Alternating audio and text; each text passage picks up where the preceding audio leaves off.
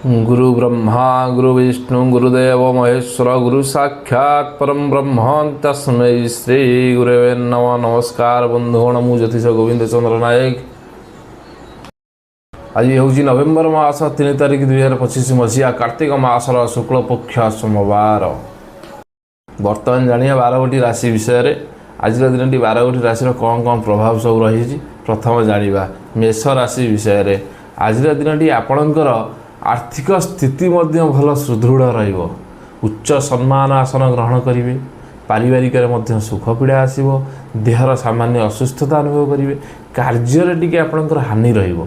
मनस्ताप करके रे अपव्यय आपणकर धन जो आसुची अल्प अल्प धन से व्यय होवार संभावना रही।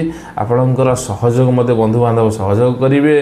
व्याकुलता अनुभव करेंगे। यही सब क्षेत्र में आज दिन यही सब रही। मेष राशि विषय मेष राशि विषय शारीरिक असुस्थता अनुभव करेंगे। परिवार रे शोकाकुल परिवेश सम्मुखीन रे।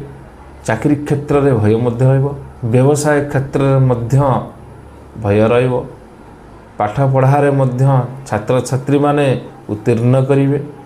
कार्य सिद्धि भल छात्र छात्री मानकर कार्य हानि हम एवं अपवाद आपण पाइबे।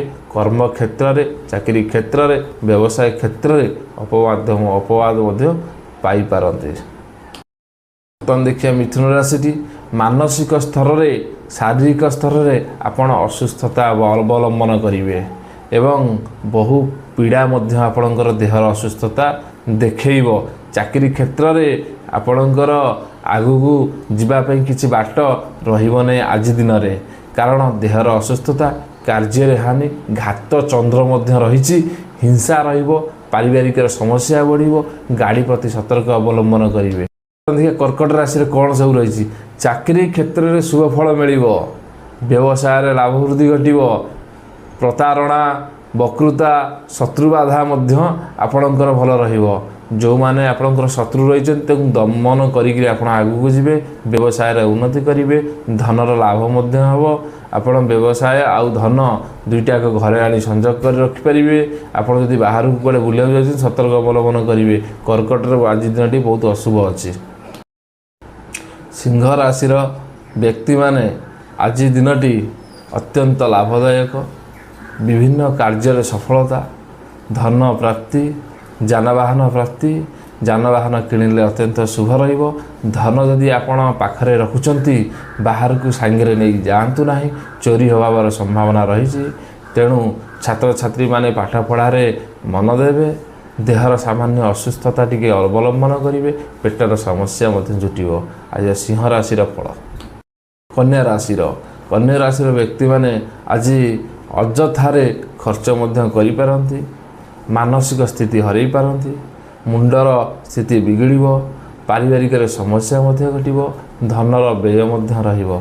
जानवाहन गाड़ी प्रति सतर्क रहिबे, कारण आज दिनटी ताकर विभिन्न कार्य व्यवसाय आउ चाकरी क्षेत्र में उन्नति लाभ करेंगे।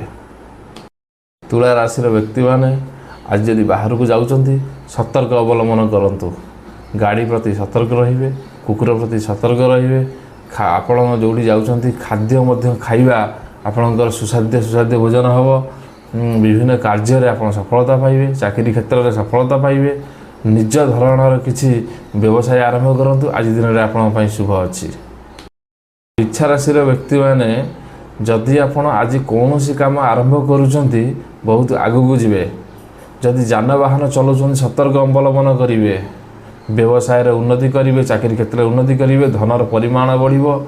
मानसिक स्थिति भल रहिबो। किसी दुश्चिंतार मुक्ति पाइबे।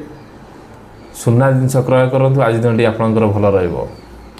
धनु राशि व्यक्ति माने जदि धनु राशि जदि आपणकर होइछि 19 मूला 19 मूला नक्षत्र धनु राशि जदि आपणकर होइछि आज दिन अत्यंत शुभ। आपण जानवाहन क्रय करें। व्यवसाय उन्नति करें। धनर परिमाण आपणकर भल रहिबो। व्यवसाय आउ धन दुईटा आप आज रखिपारे। भल व्यवसाय उन्नति करें।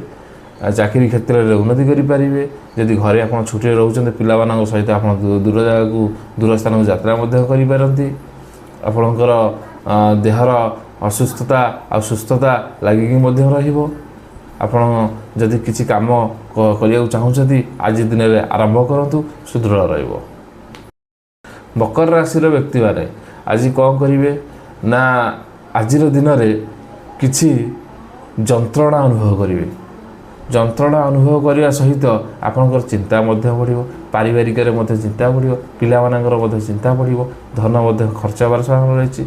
घर जो सुस्वाद्य भोजन करी आप खाऊँ आमिष भोजन करेंगे ना। आज दिन अत्यंत आपणकर असुविधार सम्मुखीन हो पारे।